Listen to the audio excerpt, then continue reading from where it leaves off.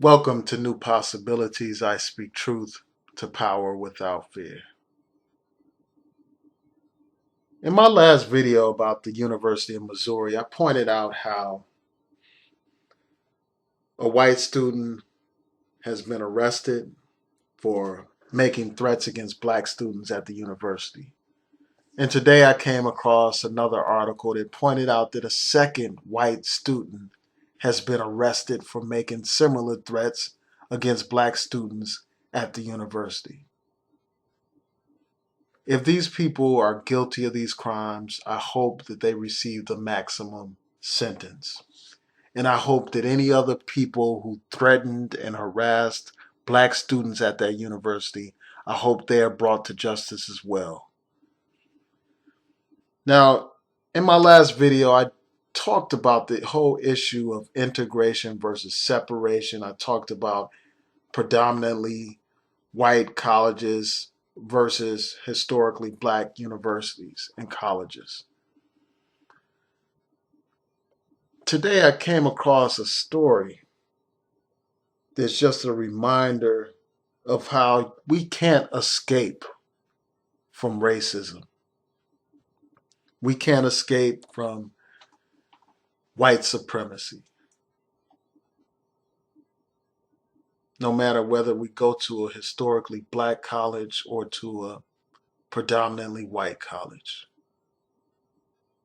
Racism affects us all, and there's no running away from it.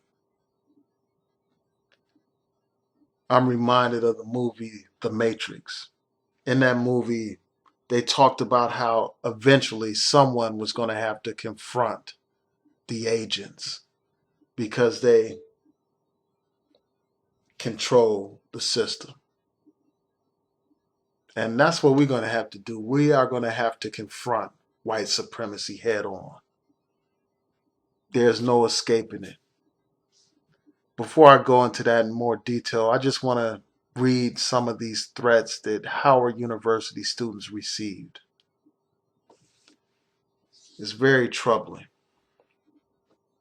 This threat said, I left MU yesterday. And before I go further into this quote, I just want to point out that the person that made these threats, apparently they were upset about what happened at the University of Missouri. They were upset that the president was forced to resign. So to express that frustration, these people or this person made threats against black students at Howard University, a predominantly black university in Washington, D.C., a university that I graduated from years ago, a university that's close to my heart. I have a personal tie and connection to that university. So when people threaten the students at Howard University, that's like threatening a family member almost. So I'm going to read these threats. It says this: I left MU yesterday because I didn't want to put up with it anymore. I go home to Maryland, and what do I see? The same old shit. Turn on the news, and it's always niggers causing trouble everywhere. So I've decided any niggers left at Howard University after 10 tomorrow will be the first to go. And any of those Chesapeake niggers who try to get out using the metro will regret that choice real fast. And then the threat goes on to say, I'll go out a hero knowing I made the world better.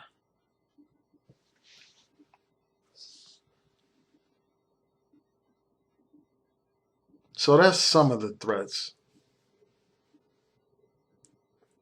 And somewhere I recall reading that one of these threats said something about how it's okay to kill black people because they're not people. Actually, here's a threat. It says, after all, it's not murder, if they're black. So this person doesn't even value black people as human beings. This person doesn't even see us as human beings. Killing a black person in his eyes is similar to like killing a roach or something, or some other kind of pest, a rodent that's in your house. That's how this person sees black people. This is how little these people value our lives. So it's like we can't be safe regardless of where we are. Even at our own black university, we have to deal with threats from these racist people. You can't run from white supremacy, whether you're on a black campus or a white campus. You can't run from it.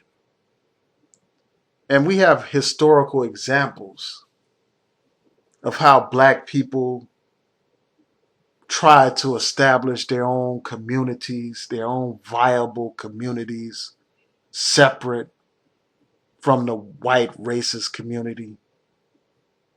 And those communities weren't safe either.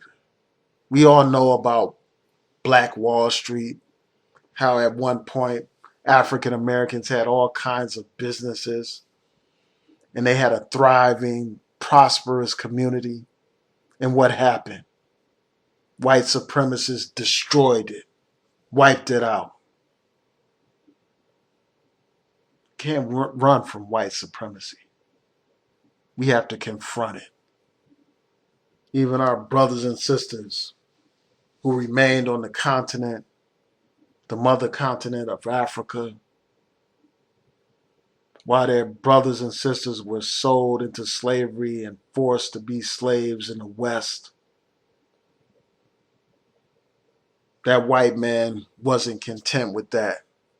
He divided and carved up Africa and ripped it of its resources, colonized the people, raped Africa, and raped the people, and continues to do so today under a new form of colonialism called neo-colonialism. So even if we were to leave America and go to Africa or somewhere, we would still be subjected to a worldwide system of white supremacy, a worldwide system where the white man is on top and the black man is on the bottom. This system has to be confronted. This entire apparatus, this entire social construct, this entire economic, political system has to be confronted and dealt with. We can't run. And we are not going to run. You got a new generation right now that's not afraid of these people anymore. A new generation that's rising up and standing up and doing what men and women do. A new generation that's courageous. A new generation that can't be bought or sold, that's not for sale. A generation with integrity, perseverance, and courage.